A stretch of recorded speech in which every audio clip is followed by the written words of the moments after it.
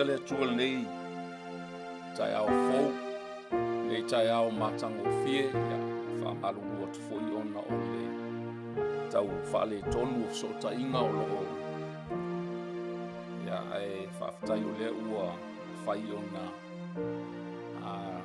to e whaola mai ia whaatalo whaatu nei tai au soafa manu malolo tātou ali whaolo Iesu Keriso ia o le ali lava o loo anga le lei ma alofa whaasoasoa i lona ta mau a inga i le ola ma le malosi ia i loutou soifua foi maso mātou wola le o tātou aulia i foi le nei aso whaapitoa whaupoponga foi le nei por kalame masani ia so wharaile taitasi le ngaluenga o le leinga mō tangata uma si o tātou a mata i se tatalo.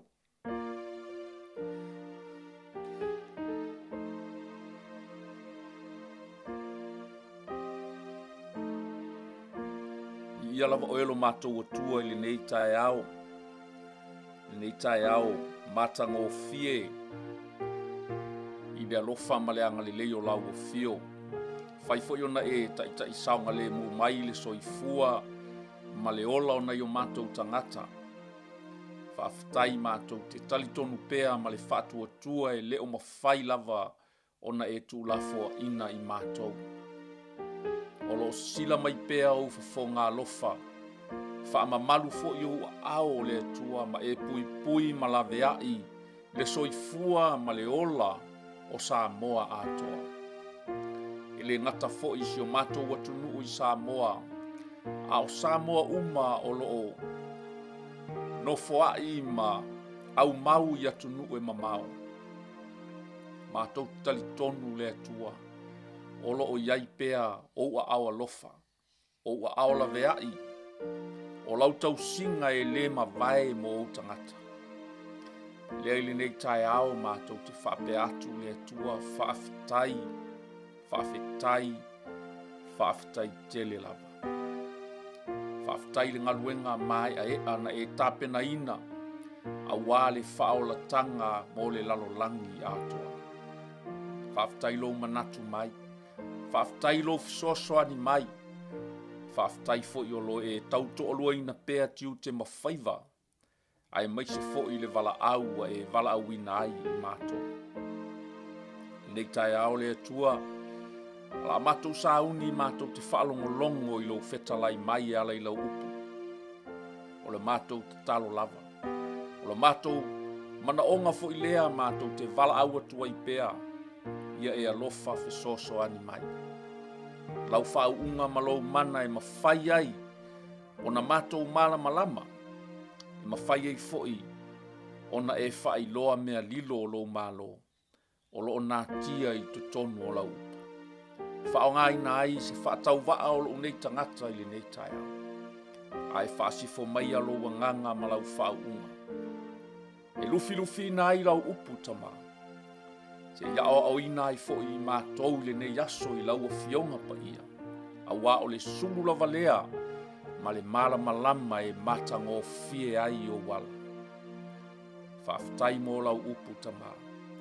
Whaafitai lau tau singa i a Samoa. Whaafitai lo whaafonga ina o a mātou te talo le atua. Tai le manu mā lo e te au mai. Whaafitai lo fina ngalo e o ai i mātou i le aso ma le aso. E au mai ai manatu le lei. Whaatonu folau ai le nei folaunga sou tama. I maunga, i vanu, i matangi i mawha. A lo tu māti e pea lo walofa.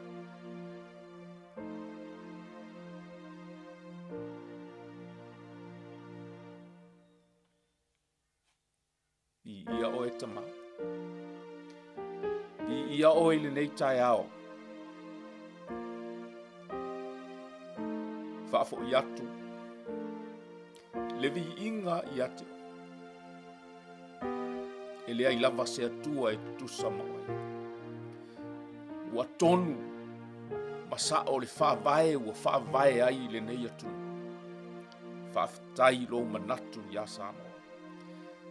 Whaafitai fo'i o loo ngā lue pea lo wa nganga e whai ai wā venga. Whaaleleia ai le loto I fale o Samoa. Whaaleleia ai upu whai. Ai mai se fo I tai o sio matou atunu. Pe I lava o lo fina ngalo tu pito lea tama. Ina ia matou no nofo file mu. Ina ia matou no nofo fealo fani. Ina ia lofa le tasi I le tasi. Ai mai se fo ia maua se le leinga malau fia. A vea lau upu tama. O se mea sumalie I o matou loto. Tala ina fo I le wha longo longo. Ta tala ina whaitu toa o lau upu tama. Tala ini whaitu toa o tāpuni puni pēa le atua. A iauru whale atu lau upu. O le mea ai sili o nao ngā I o matou ngā. Whātupu ai le whātua tua sui ai o matou langona. Ta tala ai ofu tuai ua palapalama elelea. A ia wha ofu I matou I lo mamani. Whaafitai Yesu. Amen.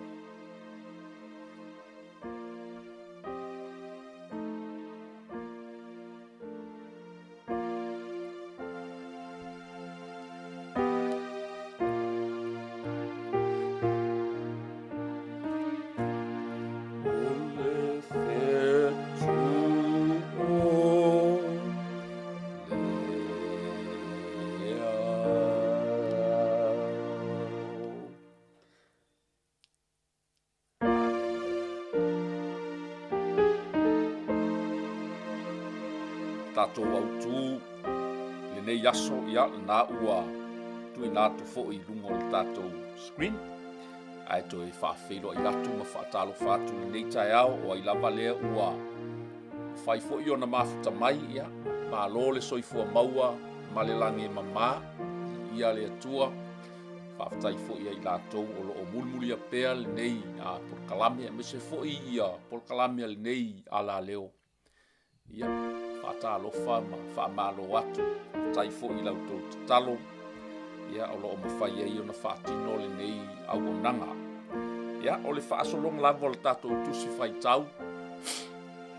Excuse me. O te talitonu ele o toe telingi mata upu o le tātou tusi o lo o whaasolo nei le tusi a le apostolo Paulo I lona malanga atu I Roma. I le nau ta inga o lona loto na iai. Ia, a o tausa ili fo I sona mapusanga I le tua ia pea o ia o na o le tala le lei I ake risu. Le na finau maua ia I lava Paulo e mamoli lo o ia I luma o kaisala o le whaamsino sini lea I Roma. Se I whaatau taia I lona whaamsino. Ia, ona o le pi o whamasinonga I utaia o whamasinonga fo Israel sa lato whaatau taia lana case ia po o lana o le tala le lei fo I ua nau ia I lona loto ina ia momoli so se tu o utaia Jerusalema se ia o atu fo I turu inga o le lalolanga ia au a vea fo I ma ala ua lamatia ai lona soifua. Whaauia I o ia I whaingata. Ia, pei o lona o mai lai Roma. Lea fo I tā ua pēa le tātou polkalame whai umai le tusi o ngaluenga. Ua leo to iai se mea e puni tia ai. Le tau alanga o Paulo. I le tala le lei ia Yesu Kristo. Le ngaluenga o le leinga mo tangata uma. Se whaupoponga I le neias wharaile. Ia, ma lo le soifua ma le langi mama. O le awha wau tātou tusi mta upo e sunga le tonu. O lea sa tātou iai le nama I aso I le whai upu mua se ia. Whangata fo I le whai upu e fitu. Ia, te lea sia o onga tā ua na tātou maua mai ei fo I le tā ua o ua iai le pule po I lātou fo I wa whaurulu iai. So se matanga luenga I le mālo I le kalesia I tonu fo I o ainga. Tātou wawa o ina fo I so se pule ua au maia e le atua. Na ia manino ai fo I ma nofo malama I tātou uma o lo o alulu e fo I matau tua I so se whaiva ua tutofi ai tātou. ua iai lava i latou ua tuuina e le atua i lunga o so o se whaaululunga e avea mataitai pe avea fo'i mapule o i latou fo'i nā ua tau iai i whaaloalo. Tau an tatou usta ia fo'i wa ua tuuina fo'i e le atua ia i latou le pule e latou te whaia ai whai unga tonu ma whai unga sa. Ia, le ala ua tatou whaasolo mai loa i le whai upu e balu leo le a tuina atu fo'i lunga e whaauaua i tatou whaasoa i le nei aso. Ia i se autu ua wha autuina le nā o lo tuina atu i lunga. Remove your dark deeds like dirty clothes and clothe yourself with the presence of the Lord. Manaia sia manatu o loo whai mai lava i tutonu o le nei tusi whaitau. Manatu o le apostolo o le whiau fo i lea o loo tā ua e le apostolo o se whiau whanatinati. Po se whiau tā ua mo le nei taimi. E ui lava ua leva o na tūsia le awhionga pa ia a le atua. Ai o te manatu e avea le upu a le atua o se mea ai e fau. O se whiau e fau pea i o tātou tangata i lea aso ma le aso. Ina ia tātou mawhau whauma manatu natu file mu ia i mata pena ai o tā o langa whamatango fie a wale atua malona finanga. Nau le a tātou wolo le tātou tusi whaitau Roma o lona mata upu ia suma le tolu ia whai wina mai le whai upu e fitu le nawa yaso ia o le auto whaitau wina le lasi aenga muli muli le whai upu e fitu. Give respect and honor to those who are in authority. Abe lau whaaloalo. Abe lau staki malo ngawa. Ile ua avea mau pule. Ile ua avea mau taitai. Taitai o le malo. Taitai o e kālesia. I latou o tuina iai e le atua tūlanga maualulunga. O tuina fo iai ma le authority po le pule. Latou te pū lea ai ma le tonu. So se whaaululunga, so se matanga lui. So se atunu e o lava fo'i i le kālesia a ke miso. A o tātou o lo ngālu lue i lalo nei pulenga. I a tātou au auna ma le whaaloalo ma le usi usita. Aisea, nai fo'i manino le tālapa mai e amana ia. Ia whaaloalo mia fo'i e i lātou pe a whai lava i te au auna ma le whamaona ma le ami o tō. Ai whaasala fo i lātou o e au auna pe whai mea le apa. So oina le tātou tusi. Love fulfills God's requirement. O loo whaasamoa ina i le tusi Samoa o loo whaonga ina o le ola whetausiai. Po o le alofa e fusi ai le atoanga atoa o le tūlafono. O le upu a le atu.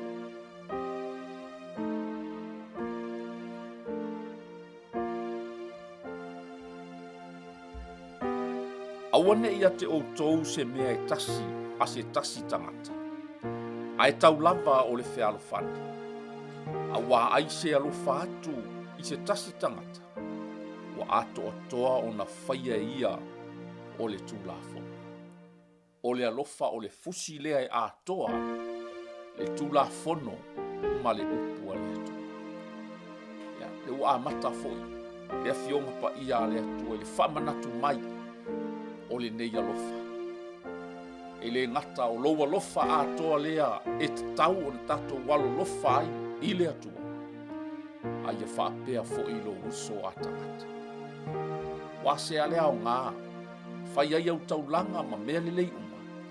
A o lo tūmau pea, le feita ngai ma le te vai ai. Ia te oe ma se tasi o uso a tangata. Ai pei manongi ma matanga o fie. I luma o le atua le taulanga ma se au au nanga. Pe e a o whaia i le loto malie ma le loto fia. Ai mai se foi o le fealo whaninga uso e ave ai lau taulanga. Mai le loto fia, mai le loto le lei, mai le loto sao, mai le loto whamao.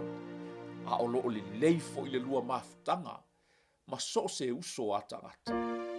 Le vā oe ma lau whanau, le vā oe ma lau to lua, le vā oe ma lau au ainga, le vā oe ma lau pule, so se relationship o so se mafutanga. E te tau o na tatou tilo uma ia vaenga uma.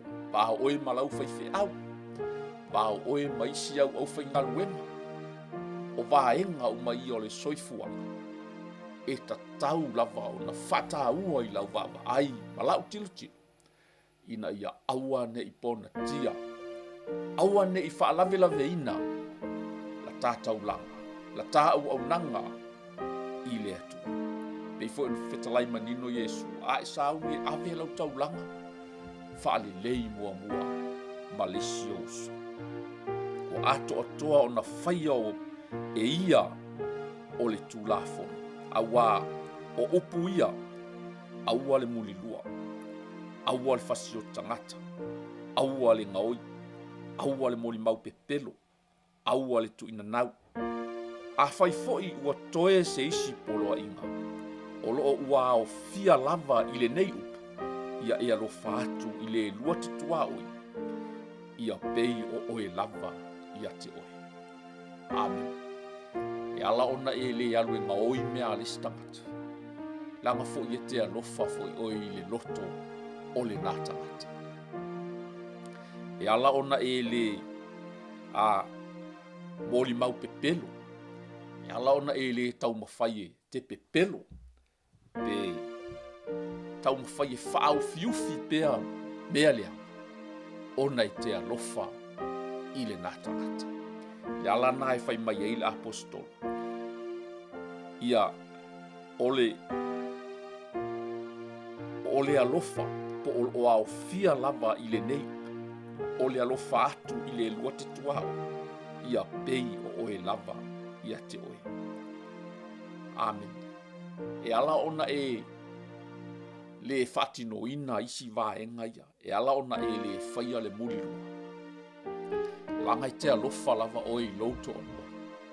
E pei o oe lava ia te oe. E te alofa foi i le ava po le tamāloa e ona lesi to alua po lesi fafine. Amen. E ala ona e le alue ngaoi mea alau whaliwhai ngaluenga.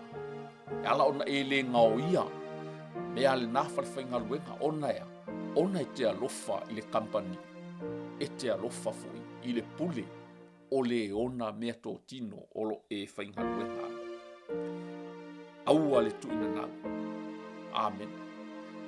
Tele i o vaenga ia o le tū la fono o lo to e whamanatu e le apostolo i. Vaenga ia e whatino pea i aso uma po soli ngā tū la fono o lo a o fia i pea po o lo a fia ai le toa tele o le mamalu o le atunu. O lo o whaia i fo i whamasinonga ma ua tumutumu ai whale whamasino. Ona o soli tū la fono e whaasino tonu i le vaenga lea. A inga mali pelepe. Ona o le mulilua. Le whasioti tangata. Amen. Tele fo ia cases po o whamsinonga o lo o maita watu o lo o whatino ina. Ona walu fo i luma le whasioti tangata. A lo manino le lei aua e te whasioti tangata. A tonu foi e te leo whasiotia i le tino. I se whana po se au penga malos. A e whearua i fua le natangata. Ua matua oti lona tamali inga. I au puru whana o lo whana atu. I lunga au penga te whailanga. O ala uma o lo e tau whana atu ai. Ua matua tuu mama ina ai. Ua tau leanga ina ai. Ua tau mata ngā ina ai. le suafa tau le leia o le nata mali po o le nā fo'i tangata tau aloa ma whaaloalogia fo'i e lona ainga po si tangata fo'i e whaaloalogia e le atu nuu ato po si au na fo'i a le atua ua tau a ngā ina i le wheau ma le ngaruenga a le atua ai tālofa ua matua lafi lilo ua matua to'i lalo popo ua matua whaamaina i luma o mata e toa tele ona o le masasau o pulu whana o le tau whaaleanga o pulu whana o le tau whaasese o pulu whana ua matua ta whana tuai le nā tangata ma ua matua whaaleanga i nai ma ua e whasiotia ai le tamali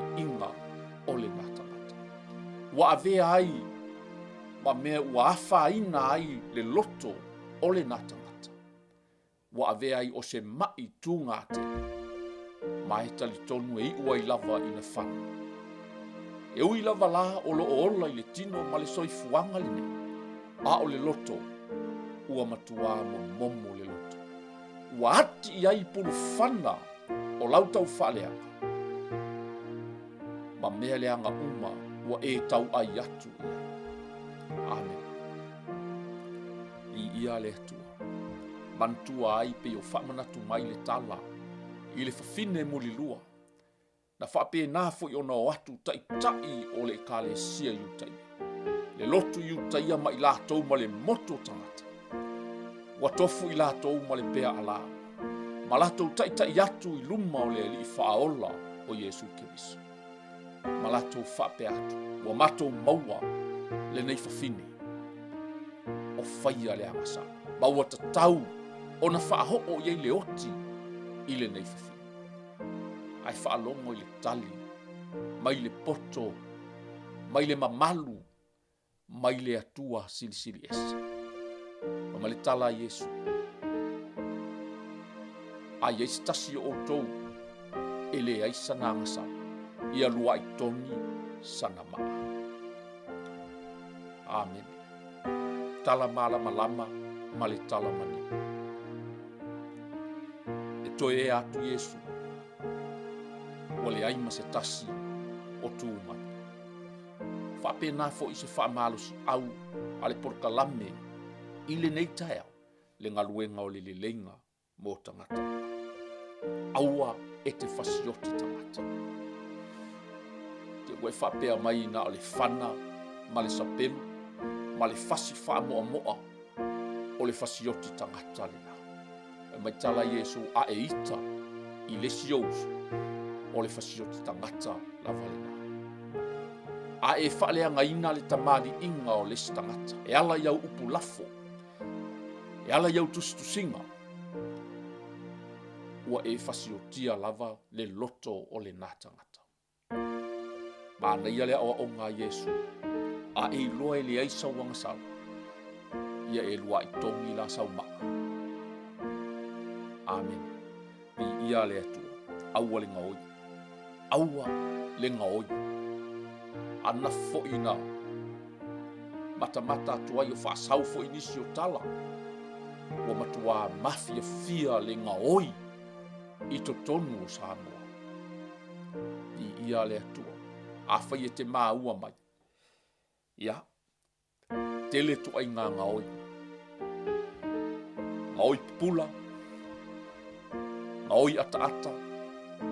Ngaoi ele maua. Ngaoi le titi. Ngaoi fo ilea, ngaoi ele ngaoi umana e ngaoi au wawai. Tele tuai. Ei ole ngaoi ya. Ole ngaoi. Amen. Aua te ngaoi. Ya. Le tau whaamata la le winga ole ngaoi. Tele mea e mawhai o le tatou ngā oi ai. Amen. Whai fui ona e ngaoi le taimi. O lo ngaoi ngā le taimi. O lo le whaamaoni ngā i le taimi e te whai ngaru e ngā. Amen. a tonu e pei le mamafa ia te oe. Lo usu atu i le tae au wa amata. Aua umana e whatonuina stasi. Koloki a elau pepa i lo utaimi amata. O lea e te tuai atu. Ona e fia i lava lea. E ofo il taimi e te mana vai. Te mua e alu. Fai au fe au. O au lava. O au lava mea tō tino. E leo se ngaluenga. Aua e whatonuina fo stasi. O mea el tāpepa.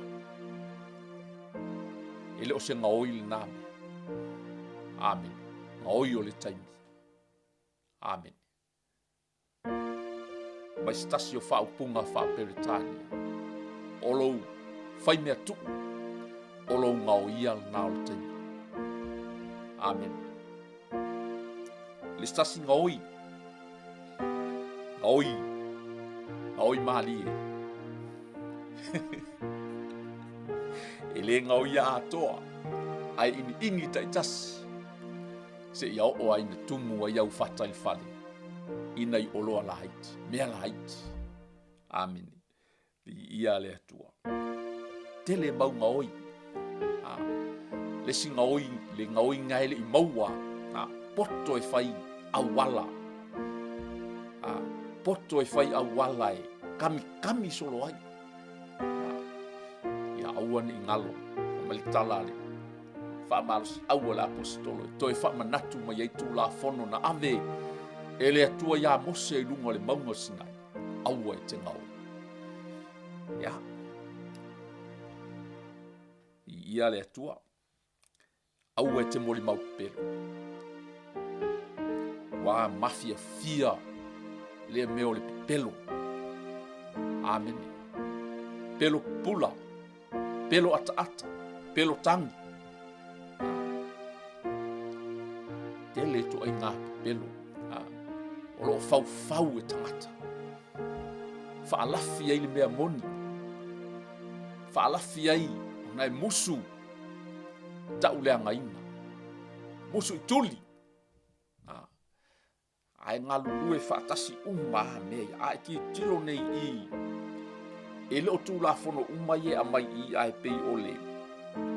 Tasi. Lua. Tolu. Wha. Pei o le wha. O le top 4 le ua. O toi amai e le apostolo. Te toi fangu ai tato. Te toi whamanatu ai tato. Ia.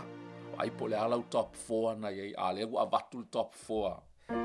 A le apostolo e. Whai ma top 4 le pokalano le lenga le neiaso. Ia uma fo i neiaso. Ua tato e salamo. Ma e toi sau luma o le atu. Tato o luma o le atu. Se toi whale lei. Tato. Mai. Amen. Aua le pepena. Aua le tuina nau. Tasi lea mea ua. Tuina nau o mata. Noua e tuina nau atu. Tuina nau o le tino. Wa le whaamali e ina le tuina nau o lo tino.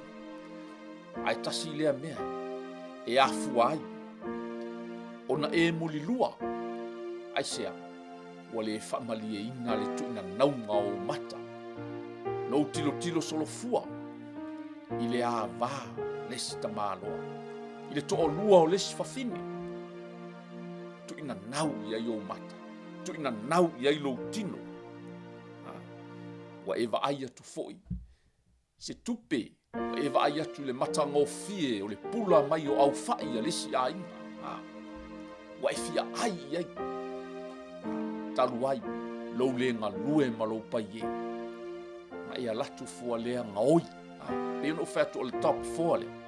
Pe e ngā lue whaatasi a le top 4 le. Ia le atua. Ia. Lai saulo fo i lai. Tau a inga. Whanga ai siau whanau. Siau to o lua.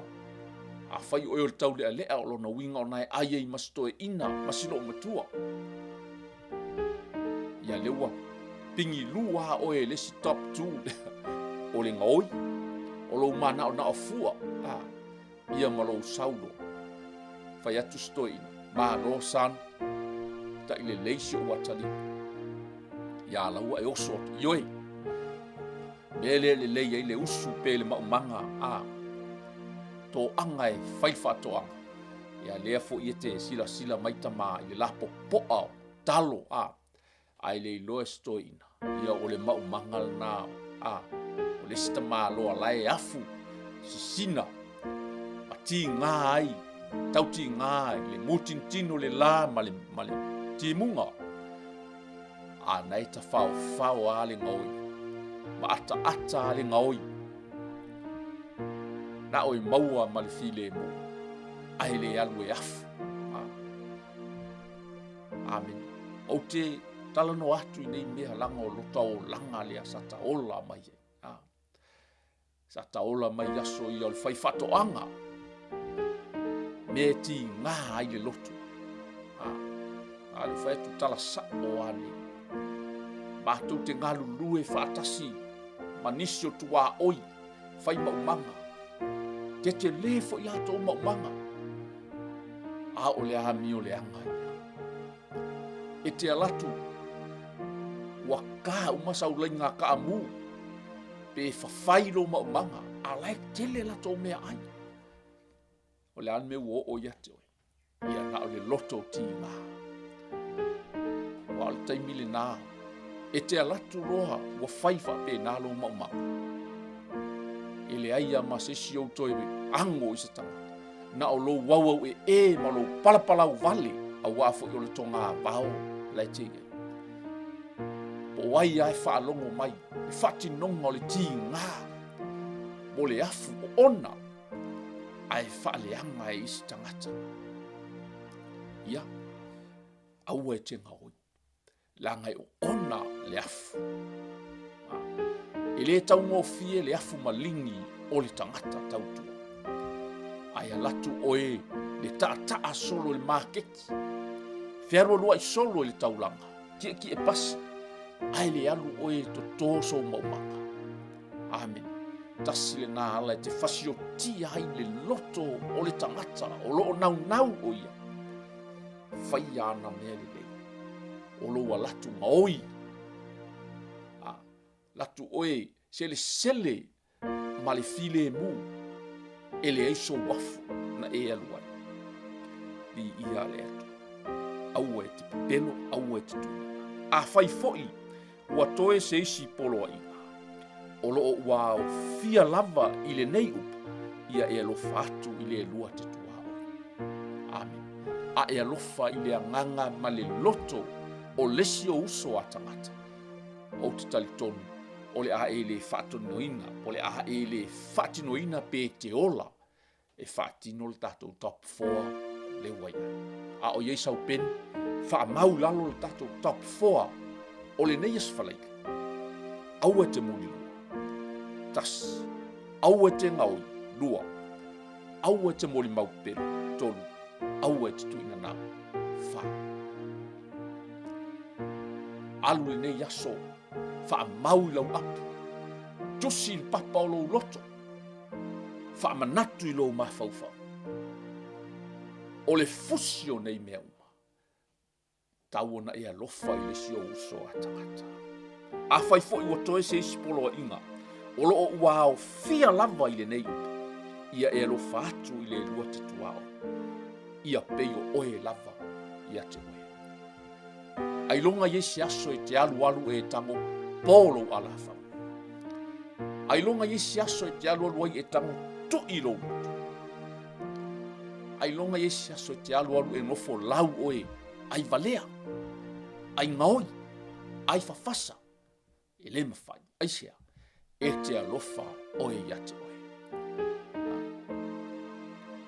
E te alofa oe ia te oe. A whawhea la le si uso la e panga tia. I lo pena.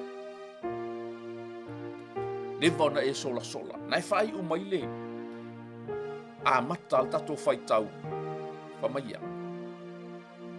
Aua ne ia te oe se mea se tasi tangata. Ae tau lava o le fealofani. La le winga o le nata. Aua te ou i le sitangata. Na e fai ia le tūringa le posi ma le isu. Ai tā lafu. Ai tā lafu mai a 5 tausanga tarua. 2 tausanga tarua. Na e fai ia lua tūringa. A kami a kure posi i ai oso le isu muio. Ai sea. Lai ai le tongia le ai tālafu. Ua avea fo ile na ai tālafu ma mea. Ua e le mana o i lava e whaatino le whialofani. Ma mea ua e sola i lava. O istangata. O whai tūringa ua le mau. Whamangalo. A o le istangata. Ua whai tūringa ua le mau. Aluloa ave le whamasinonga. A o le stangata, ua whai tūringa ua le mau, te talolo i le atua i a whamala i aoi. Ua e vai mai le a whaina te, o le top 4 lea. A o inganga lue le top 4 lea i lo wolanga. E te fiu e whiarua, e te fiu e sa ilu, e te fiu e tau mawhai. E le ai ma se mea e mautu. E le ai ma se mea e mawhai o na e whai. Pei lava o le maa e ta vale solo. E le ai se limu e mawai. Valo ia mai i, pei o le lulu. Pei o le iao, pei o le lulu. E lele solo, a e valo ia. Amen. I ia le atu. Ia le atu. Tato wha solo, tato tusi. E le anga atu le alofa i le late tuao. Wa, ese le mana ia. Ese le mana ia. E le anga atu i le late tuao. Amen. Oina e te lua tuao. Silipo ai lua tuao. E le na o le tuao i. Pe o lo tuao i o neipai. Tasi e tuao i. Tau on tatou wanga le lei. Anga alofa ia. O le alofa, o le ato atoa lea, o le tūlafo. Le alofa. Te le nei upu, o le alofa. Leanga o le alofa o le atua, e le mawhangatalai. A mai e lau tele, e le mawhai o na opoina. E maua lunga, e le mawhai o na tatou wae. E loloto, e le mawhai o na tatou mau. O le alofa e le uma. O le alofa e sili. O le alofa e lau tele. O le alofa e loloto ma maua. I ia le atu. O le alofa, o le ato atoa lea. O le tūlafo. I whapea foi. Na ua tatou i loa o na pō ua o i le tūpō. E ala ai e na momo. A wā ua lata nei, ia te i tātou le ola, sa ma mau ina o tātou urua i whātuatua. O le a autu i nātu le ngana peutani el whaipua.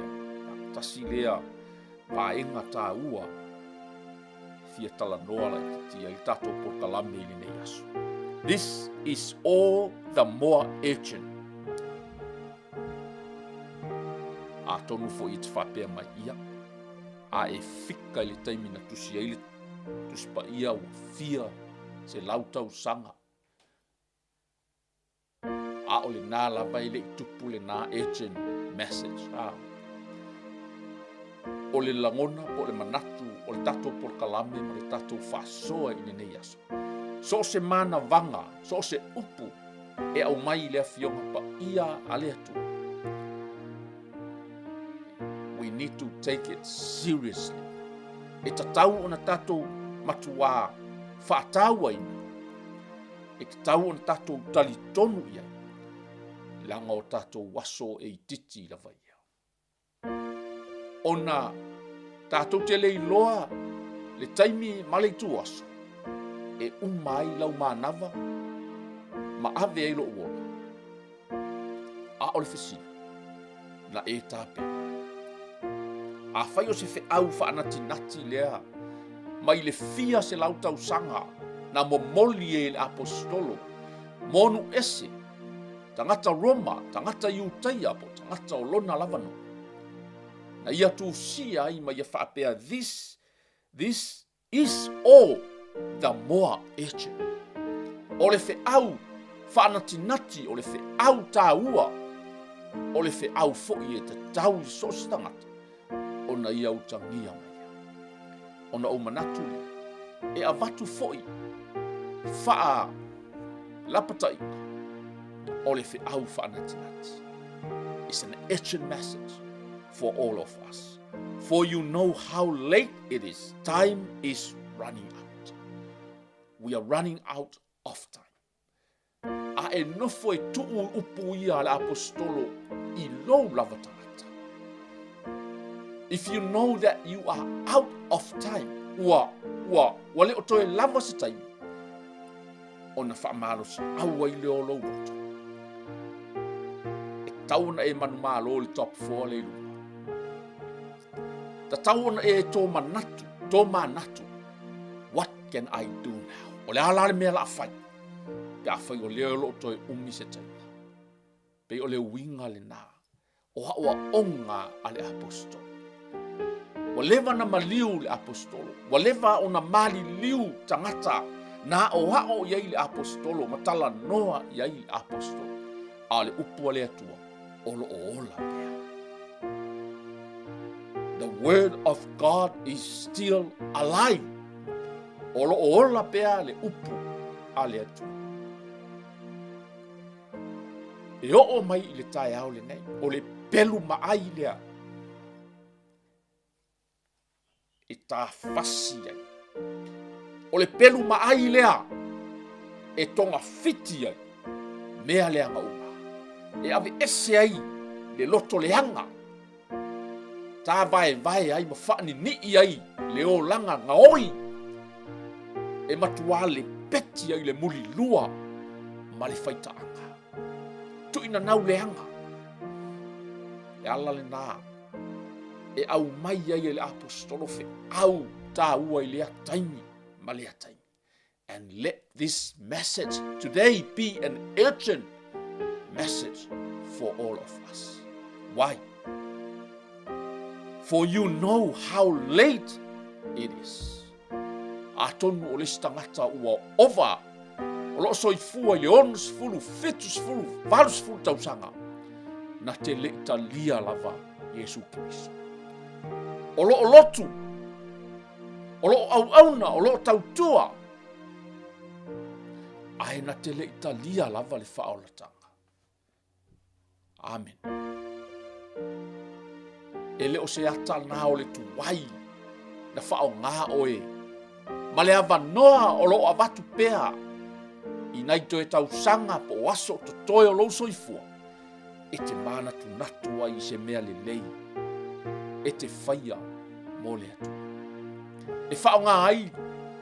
Lo soifua ua omi tau sanga. O anga le lei pea le atua ma tausi pea oe.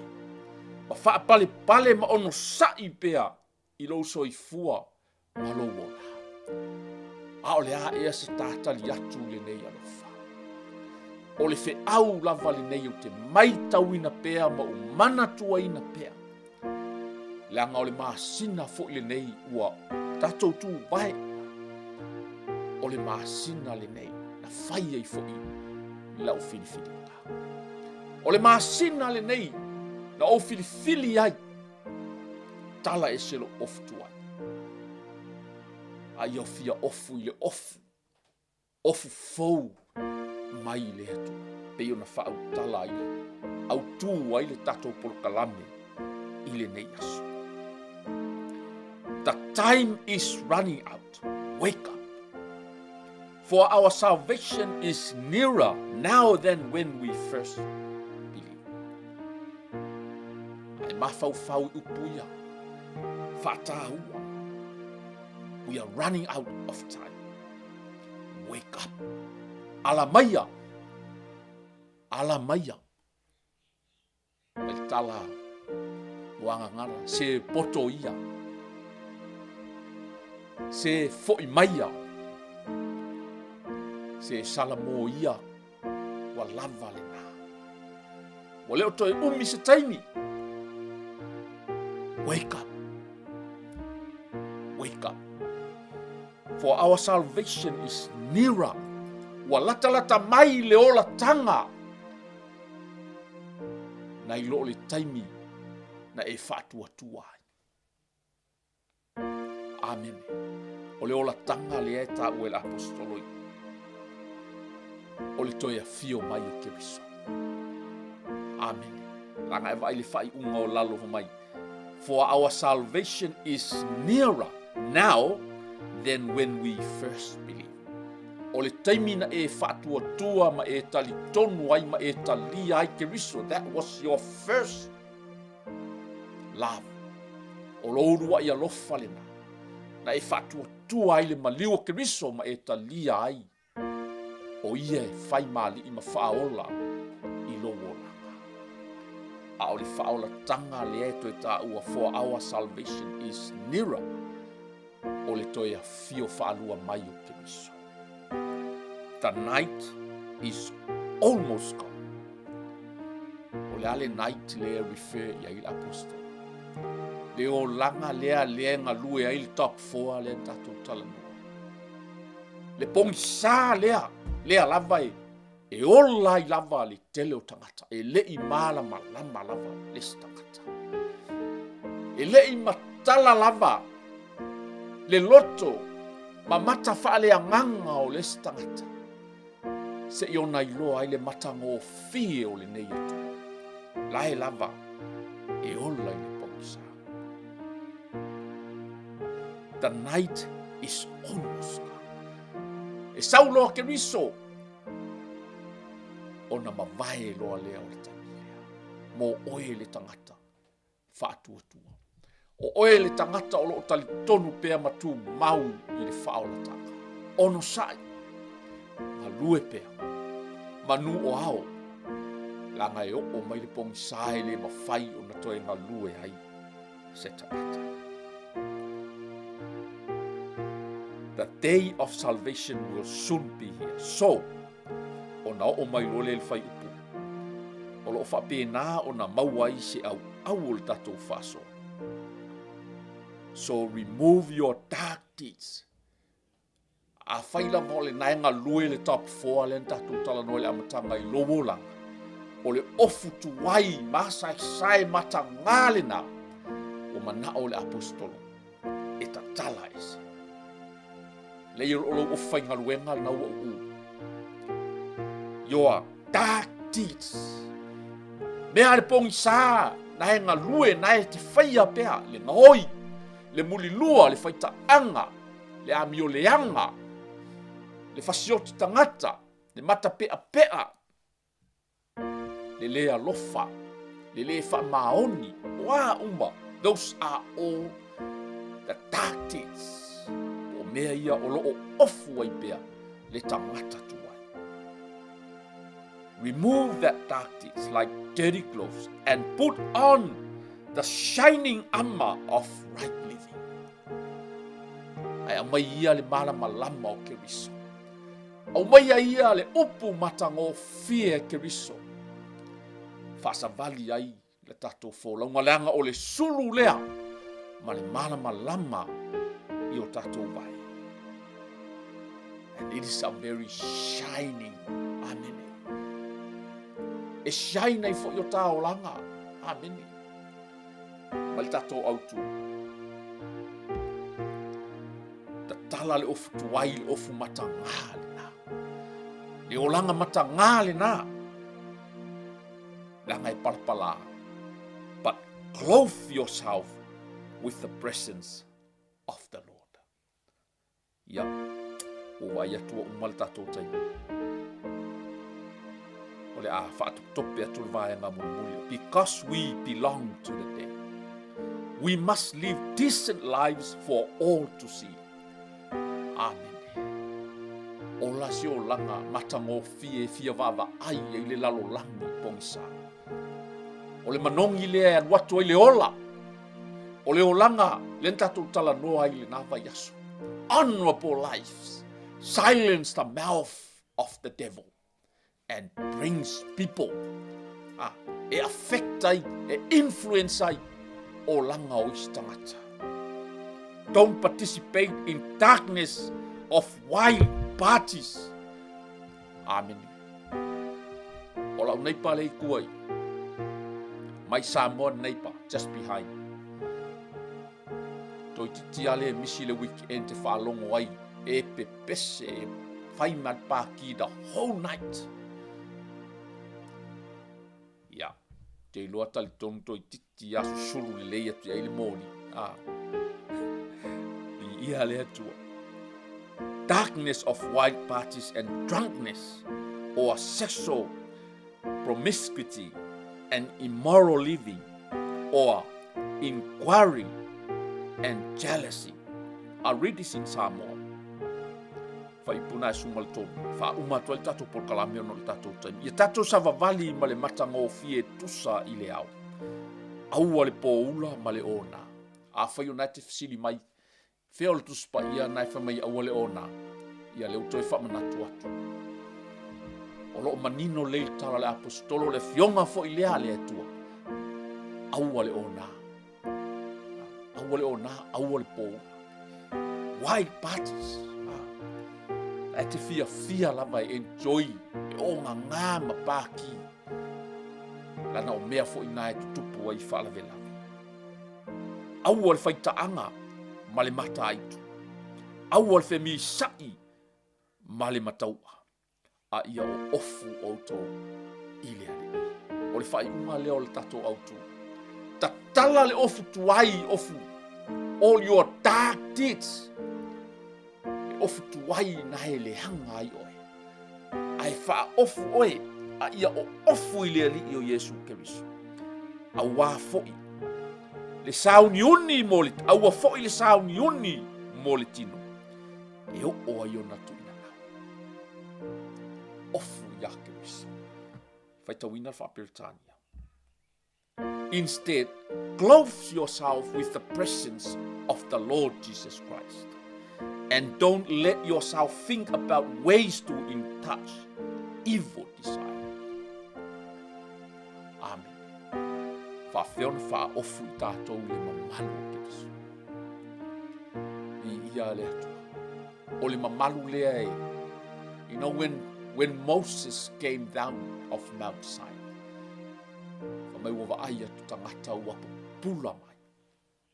Wapupula mai ai le mamalu o le atua. O lou iai I le mamalu o le atua. O lou nau e te alu I to tonu. E te inu. O lou nau e te savali ma e usta ia le fina ngalo ma le upu a le atua. O lou iai nā I le mamalu. Amen. O lo tatou nau pea. Tatou te usi tau. Tatou te ofu I le ofu fou. O lo mana o le atua e wha ofua. Ae sa sae ese. Le ngā ofu tuai ua mātanga. Le ngā ola ua māsae sae. I mea le anga o le nei lalola. Ae sau se I wha ofu tau.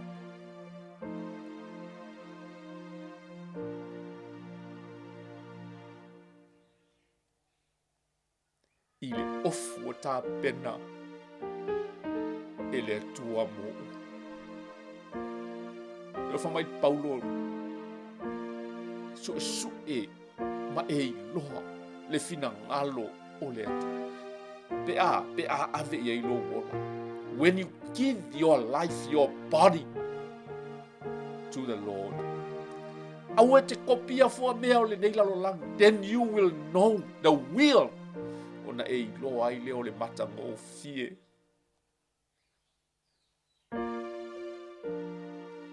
O le atu. Te lo le matanga o fie I o le ofu le fie wha ofu. O e le atu. Ai panga lea. Nai lava I te nau e tau ave pea, ma ofu pea le nā ofu tua. mai le warning, le urgent warning le mai po. Wa lata mai le au. We are running out of time, or the time is running out. Wa ai le ava noa le au mai, le whapale pale le o le atua le au mai ne emisia. A o le tusi lava nei o Paulo lava o mai, a mele a vea i le whapale pale ma le ono sai na o le atua ta ia i ta ua i le salamo. Te nau ai loa e suiro ofu. Amen. Wa lewa na fia faa ofu oe le atua le tangata fau. A o oe lava i lau filifili. E te manuia. A e mana o le ofu na i le tae ao le mea. O le ofu fo i le nae mawhai o na tinei ai. Le top 4 le tatou tala noa. E te ola matau ai. E te lea toi ngā oi ai. E te lea toi pepelo ai. E te lea toi muli lua ai. E te lea toi tuina nau ai. Aua fusi oi lea lofa o lea tua e ona le ofu. Ta maa whaftai. I ia oi le nei tae ao whaftai mo lau upa.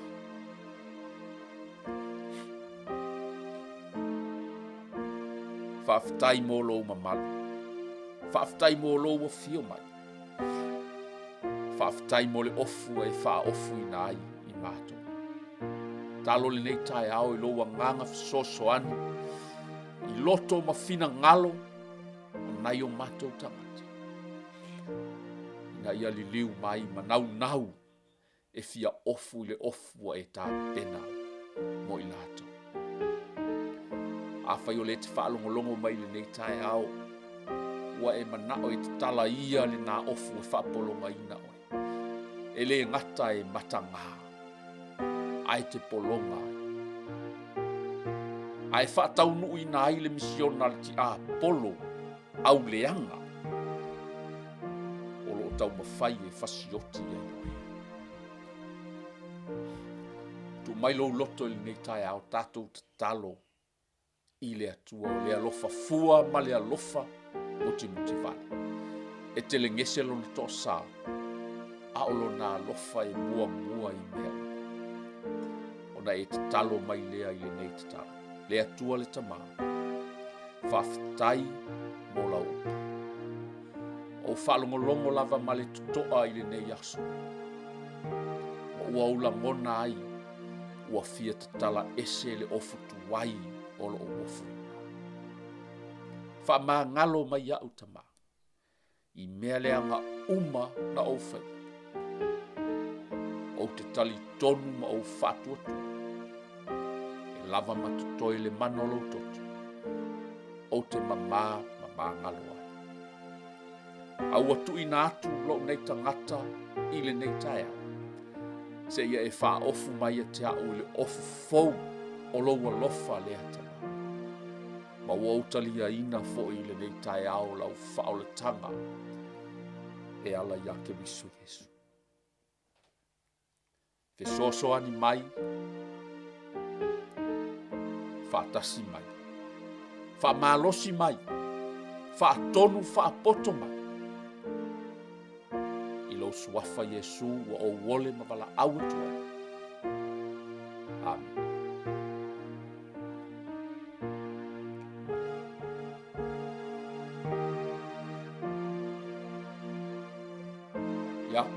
Ia le atua i le nei fo i aso o le whaupoponga le nao le tātou porkalame le ngaluenga o le leinga o tangata ua. Anga le le atua whalau tele i ai o loto ma fina ngalo iai fo i se upu ua pā o papa ia wha maa ngalo mai lau tau au au.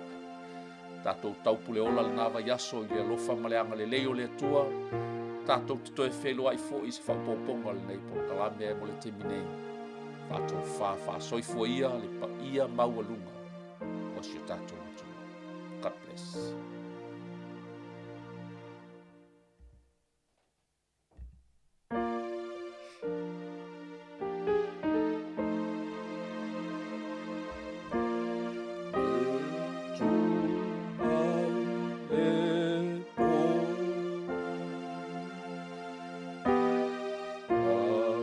ai.